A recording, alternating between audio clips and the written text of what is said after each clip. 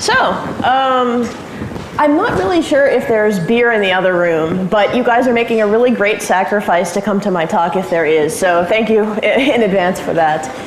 So hopefully there'll still be beer left afterwards. I'm sure there will be. So, all right, I'm Melanie Ryback. I'm now an assistant professor at the Vrije Universiteit, the Free University of Amsterdam. I work, primarily my work is on RFID and security. You guys already know a little bit about RFID today from Lucas Grunwald's talk. I'm basically sort of tackling the whole thing from another angle. And I'm working on something called the RFID Guardian that I'm going to describe to you today. So I'm actually going to skip this slide because I'm going to assume pretty much that everybody in this room knows what RFID is. And you also know, undoubtedly, that it has a number of security problems. Unauthorized tag reading, I mean, certainly with spoofing, Lucas was talking about this with the passports, eavesdropping on not just signals from the tags, but also signals from the reader that sometimes divulge information. Traffic analysis is also a problem. Tracking, of course, RFID, I mean, they're like these radio barcodes on steroids. You know, it's a technology meant for tracking.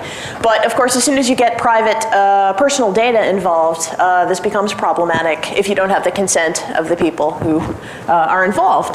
Tag cloning, once again, Lucas talked about this earlier today. You can make copies of these things, and if it's your passport, or if it's an ExxonMobil speed pass, or if it's, you know, it could be a problem. So.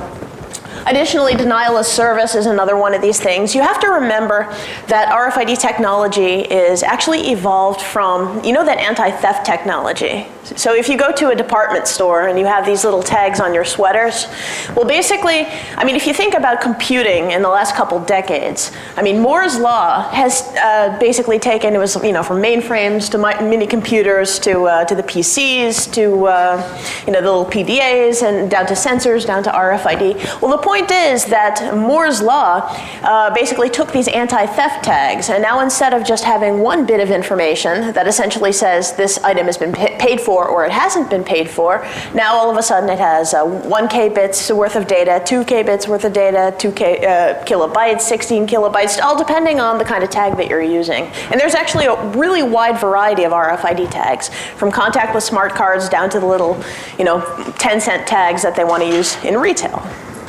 But the point is, there's a lot of threats against these, and well, with denial of service, essentially with the anti-theft tags, if you prevent the tag from working, you've defeated the system. And it's actually similarly with RFID, that oftentimes, if you have a RFID tag that's also used in retail, if you can prevent the tag from working, then it's one way of defeating the system. I'm going to talk a little bit about another security problem, RFID malware. It's actually going to sound like a repeat, once again, from Lucas's talk, but because he was discussing putting JPEG photos on the RFID passports that then you could use to exploit the back end of the system. But I'm not sure how familiar people are with my work. I actually was the first person to publish on the whole topic of RFID malware. So, what is it? I mean, whereas the previous threats that I discussed were really high-level abuses of RFID tags. In other words, you were still doing valid operations with the tags and just causing, on the application level, unintended consequences. As RFID malware, all it is just taking the same old hacking attacks from the security domain and transplanting it into the domain of RFID. So when I first published about this, all of the security people were like, well, yeah, duh, you can put, SQL injections onto RFID tags. I mean, well, duh, you can put buffer overflows on these things. We knew that. But of course, the RFID industry, on the other hand, were caught a little bit by surprise. So there's three main kinds of RFID malware that I discussed in my paper. The first of which were just really simple RFID exploits. These are, as I mentioned, like SQL injections, other kinds of code insertion attacks, buffer overflows. We actually demoed a buffer overflow, basically using a 1 kilobit buffer and a 2 kilobit RFID tag. I mean, everybody thinks, oh, you can only put, so little space on these data on these tags. How can you do a buffer overflow with that? But literally, I mean, it was enough extra space that we were able to basically, put the jump instruction, put the address in there, have our own little custom shellcode that basically executed, regedit or something. So we actually put a demo of this. And if you actually want more information, including about 30 different code samples of RFID malware, all you have to do is go to www.rfidvirus.org. And you guys can find anything you ever wanted to know about this particular kind of research. So RFID worms, the whole idea behind an RFID worm was simply that, okay, an exploit is fun. It just operates once and then that's it. Well, the next question was, can we make these things self-replicate? Can we make it so that you have an exploit, it invokes itself, basically, and then it somehow makes a change to the back-end middleware system so that it then can write itself back to new tags that appear. Because then essentially what you wind up having is you basically have this infection. It spreads from tag to reader to more tags to more readers. And assuming that you're using standard backend middleware, which of course remembering that big players like Oracle and SAP and IBM, like WebSphere, are involved in making middleware, chances are a lot of them are going to be using not only compatible standards, but also compatible backends. So we did an RFID worm. The only difference between our RFID worm and our RFID virus was simply that, like normal worms and viruses, the worms we assumed required the help of a network connection to spread. So in other words, they basically invoked an exploit and then grabbed some malware from the internet, executed that, which then caused the change in the backend middleware, which then caused the infection to spread. Well, with the RFID viruses, we actually showed a way of how it could self-replicate without requiring an internet connection. So I don't want to talk about this too much more. This is actually not what this talk is about, but the organizer specifically asked me to discuss it. So yeah, if you want to know more exactly about how this works, rfidvirus.org, and well, that's a whole nother talk. It did actually have one thing that's kind of funny. I decided one time to take a look at RFID on Google Trends just to see, and what you can actually see here is. It's a little hard to read here. The top basically is the frequency of the searches for RFID over the past couple of years. And then the bottom line down here is the frequency of news hits for RFID in the past few years. If you take a look at the second line with the news, you're going to notice you have a lot of fluctuations and you have a peak around here. And that peak was at right about February 2006. If you take a look at the marker up there, C is above that peak, and C was that RFID tag's vulnerable. And indeed, if you click on that link, it'll bring you to this, which basically is a news article talking about our RFID malware work. So literally, I mean, I knew times were crazy when this happened. I hadn't expected this, but apparently our RFID virus scare was like the #1 news topic on RFID ever. So to see from Google Trends, at least as long as they're keeping track. So that's kind of, I thought that was kind of funny. Anyway, enough about that. I'm going to talk about the RFID Guardian now. So what is it? It's something that's evolved over the years, but one thing that it is it's a handheld mobile platform for RFID security and privacy management. So this is not a security or privacy feature that goes on an RFID tag. A lot of researchers do research on how do you put lightweight security protocols on RFID tags, how do you put lightweight crypto onto RFID tags. I think it's all wonderful, valuable research, but I decided to tackle it from another angle. So the angle that I'm taking it from is how do you take a computer, how do you keep a battery-powered computer or something that you plug in, and how do you use that kind of as a third-party device to help enforce the security and privacy of RFID tags on their behalf, so for them. So it's off-tag protection, not on-tag protection.